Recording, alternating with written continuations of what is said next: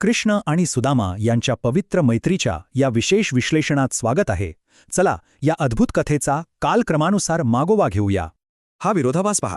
एकीकडे सर्व काही असणारा द्वारकेचा राजा आणि दुसरीकडे असा जिवलग मित्र ज्याच्याकडे भौतिक संपत्ती काहीच नव्हती. अगदी बालपणापासून ते द्वारकेत झालेल्या त्यांच्या त्या ऐतिहासिक आणि अंतिम भेटीपर्यंत आपण या अटूट बंधाचा कालक्रमानुसार प्रवास पाहूया. पण असा प्रश्न पडतो की सोनेरी महाल आणि गरिबीच्या खूप आधी या दोन मित्रांची पहिली भेट नेमकी कुठे झाली? सांदीपणी ऋषींच्या आश्रमात. इथेच त्यांनी समानतेने एकत्र शिक्षण घेतले आणि त्यांच्यात बालपणीचे एक अतिशय घट्ट आणि अतूट नाते निर्माण झाले. कालांतराने परिस्थिती एकदम बदलली. सुदामाच्या वाट्याला अत्यंत गरिबी आली, तर श्रीकृष्ण द्वारकेच्या सर्वोच्च आणि सोनेरी समृद्धीचे स्वामी झाले. मुले भुकेली होती, तरीही सुदामाने आपल्या लाडक्या मित्राकडे केवळ मदतीच्या अपेक्षेने जाण्यास अगदी स्पष्ट नकार दिला. पण आता विचार करा, एका महान राजाला रिकाम्या हाताने कसे भेटणार? म्हणून भेटीदाखल सोबत काय घ्यावे?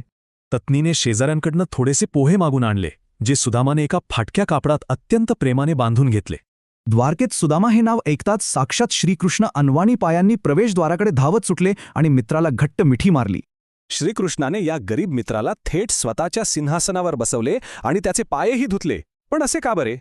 कारण राजा आणि रंक अशी सामाजिक प्रतिष्ठा विसरून हे खऱ्या मैत्रीचे आणि अत्यंत शुद्ध प्रेमाचे प्रतीक होते.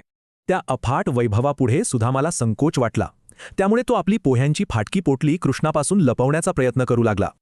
पण कृष्णाने ती पोटली शोधून काढलीच आणि आनंदाने जाहीर केले की हे पोहे कोणत्याही अमृतापेक्षा गोड आहेत. श्रीकृष्ण अतिशय तल्लीन होऊन ते पोहे खात होते.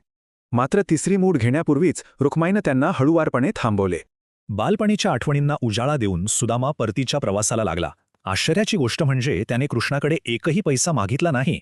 आपली मोडकळीस आलेली झोपडी दिसेल या विचाराने तो घरी पोहोचला, पण तिथे त्याला एक चमत्कारिक सोनेरी महाल दिसला.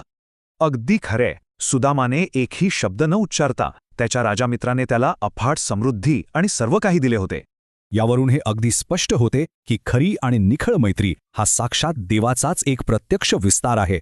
थोडक्यात सांगायचे तर भौतिक संपत्ती आणि प्रतिष्ठेच्या तुलनेत खऱ्या प्रेमाचे आणि शुद्ध भक्तीचे पारडे नेहमीच जड असते. या शाश्वत कथेवर विचार करताना एकच प्रश्न उरतो, आपल्या जीवनात खऱ्या मित्राची ओळख नेमकी कोणत्या कृतींमधून होते? विचार करा.